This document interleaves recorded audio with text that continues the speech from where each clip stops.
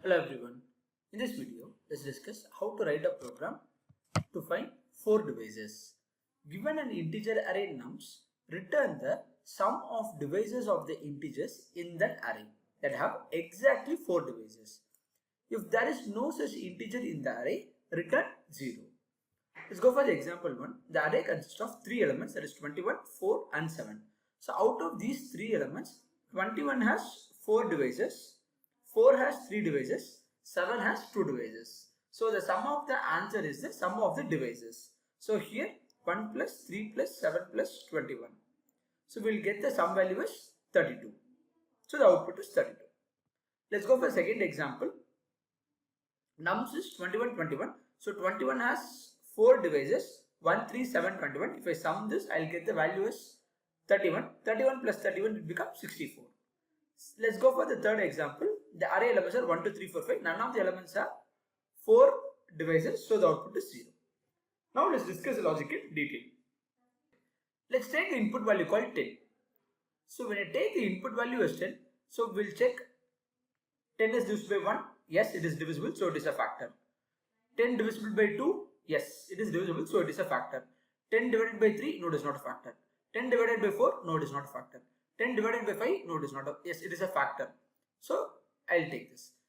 10 divided by 6. No, it is not divisible. 10 divided by 7. No, it is not divisible. 10 divided by 8. No, it is not divisible.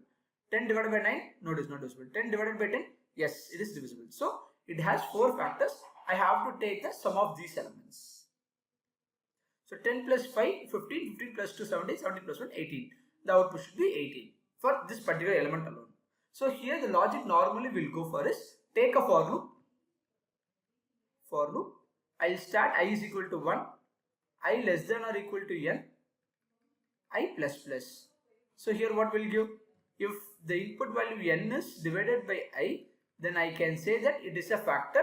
I'll give, and you will count the sum value, you will store this in the array. This is the normal logic, we go for it.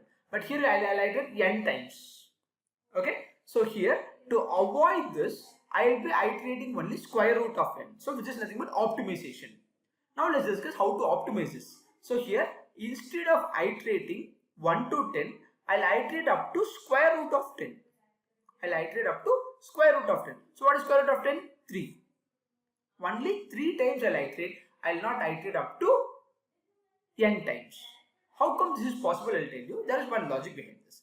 So here, if I take the same input value n as 10, okay. So first I'll divide 10 divided by I. So what is my I value here? I value is 1. 10 divided by 1, yes, it is divisible. If it is divisible, I'll say I is also a factor, n by I is also a factor. That's why I am iterating up to square root of n times. So here when I say n is equal to 10, I'll iterate up to 3 times. My I value is 1. So n divided by I equal to 0. Yes, it is divisible. If it is divisible, okay, if it is divisible, I is a factor, that is 1 is a factor, n by I, n value is 10, I value is 1, 10 divided by 1, my quotient is 10. So I can say 10 is also a factor. Similarly, when I go for the next iteration, I value is 2. 10 divided by 2 is equal to 0. Yes, 10 divided by 2 is equal to 0. So what should I say? I can say I is a factor and n by I. What is n value? 10. 10 divided by 2? 5. 5 is also a factor. I'll go for next iteration 3. 10 divided by 3? No, it is not a divisor. So I'll not go inside this. That's all. I'll iterate only 3 times. In the previous example, I was iterating up to 10 times. Now I am iterating up to 3 times. So this is a simple logic behind this. Okay. Now, what am I going to do? I'll tell you. So now we have got the logic. Instead of iterating n times, I'm going to iterate only square root of n times. This is the logic which we have got. Now let's go for the program. Okay. Now let's go for the program. So here the input is 21, 4 and 7. These 3 are the input. Okay. Now as I have mentioned earlier, when I said 21, the factors are, so let's take square root of 21, which is approximately equal to 4. So I'll iterate only 4 times. So I'll keep n by I, I'll keep. So when I iterate, I is equal to 1, n by I, 21 is also a factor. 2 divisible by, so 1 I have taken, 2, 21 divided by 2, no, it is not divisible. 3, yes, it is divisible. So I is a factor, n by I. is also a factor. Then 4. Notice not divisible. That's why we have got only 4 factors. Here I am going to write the program and the iteration is going to start from 2. And I'll iterate up to square root of n. I less than or equal to square root of that particular element I plus plus. Now you will have a question. So we know that I is a factor and n by I is a factor. I am not considering these two factors. If I am not considering these two cases, which means I have to check whether it has only one divisor or not. So which is, if I is a divisor, then directly I can say n by is also a divisor. That's all I have to come out of it. If a number has more than this, I can say that this number doesn't have 4 factors. They have more than 4 factors. Okay. Now let's take the input value as 21 and let's iterate this. So here I'll be taking a variable called divisor and I'll initialize the value as 0. Okay. Here what I'm going to do, first thing, I'll be checking whether I is a divisor or not. So n modulus I equal to 0. If n modulus I is equal to 0, I have to check a case.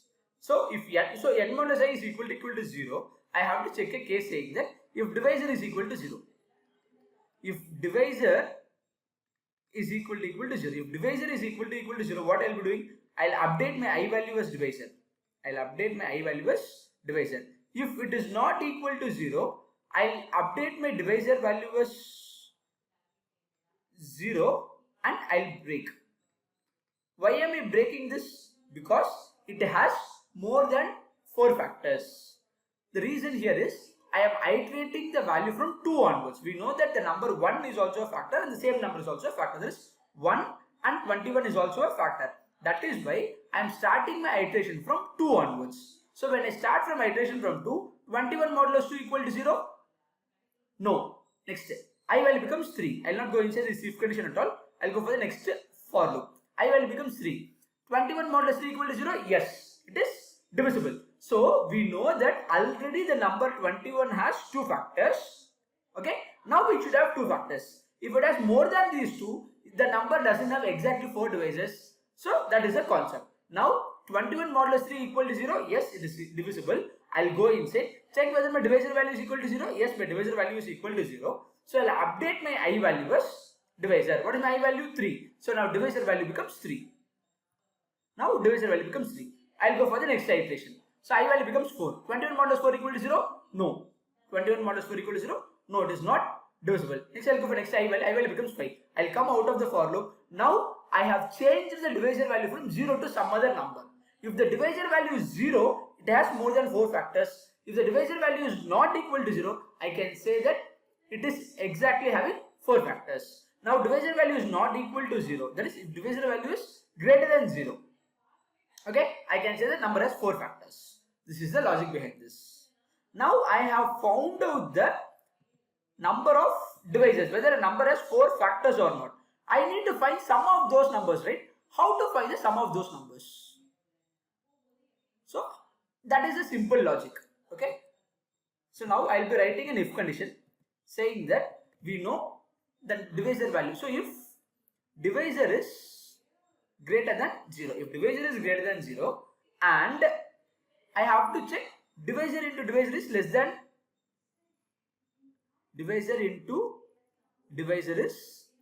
the given n value. If it satisfies two cases, I can find the sum of 4 divisors. So divisor value is 3, 3 greater than 0, fine. So divisor value is 3 into 3, 9, 9 less than 21, condition is true, which means now I can find. We know that I is a factor, so 1, okay, answer equal to answer plus, we know 1 is also a factor and the given n value is also a factor, fine, these two are done. Now I have to find the remaining 2 numbers, right? So now we have got the divisor value is 3, which means 3 is a factor. So I'll say divisor is a factor and also n divided by divisor is also a factor. So we have got 4 divisors. That's all. This is the logic behind this. So if the divisor value is equal to 0 at the end, it doesn't have 2 factors. Let's go for one example called 4. You can easily understand this. In this case of 4, this will not work. For example, n value is equal to 4, right? We'll take this as another example. Now let's go for the n value as 4. In this case, I is equal to 2. So I less than or equal to square root of n. So square root of 4 is 2. 2 less than or equal to condition 2. I'll go inside. N modulus I equal to 0. 4 modulus 2 equal to 0. Yes, condition is true. I'll go here. The divisor value will be updated as 2. The divisor value will be updated as 2. Then I'll go for the next iteration. Condition becomes false. I'll come out of it. Because when I make my I value as 3, the condition becomes false. 3 less than or equal to 2, condition becomes false. I'll come out of it. Go for this case. Divisor value 2 greater than 0. Yes, 2 greater than 0. Condition is true. Fine. Now check this condition. Divisor into divisor. Divisor value is 2. 2 into 2, 4. 4 less than 4. Condition is false. So I can say that it doesn't have exactly 4 factors. This is the logic behind this. Now let's go for the program. So here first what you have to do, I have to take a variable called ans. I'll initialize the value as 0. Because here we are going to find array of elements. That is why I am taking a variable outside the for loop. Now I'll take a for loop. I'll start the iteration from the array nums. So first I'll take the first element and then I'll check the divisor. So divisor is equal to 0. Now I'll take a for loop. Int I is equal to 2. I into I less than or equal to num I plus plus. So you can give I less than or equal to square root of n or I into I less than or equal to num. First what I have to check, whether the number is a divisor. So num modulus I is equal to 0. If this condition is true, what should I do? I have to update my I value as divisor. Why am I updating? Because that helps us to find the sum of 4 divisors. That is why I am updating it. Else, I'll make my divisor value as 0. I'll break because this number has more than 4 factors. Once it is done, what should I do? I have to add it to the answer variable. Answer equal to answer plus 1 is a factor, and we know num is also a factor.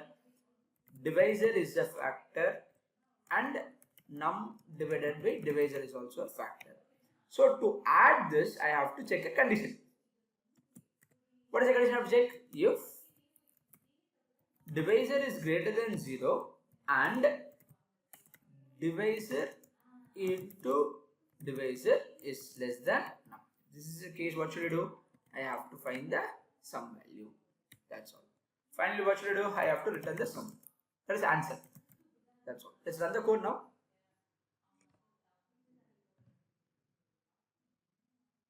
Okay, I've made a mistake here. Let's check what is the mistake. Okay, I have to check one thing. If n modulus I is equal to 0,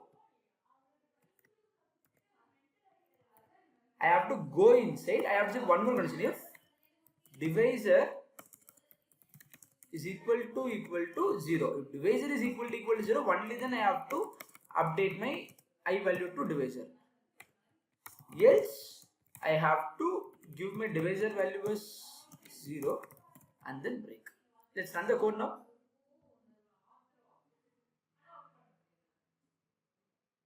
As it passes the test cases, let's submit the code.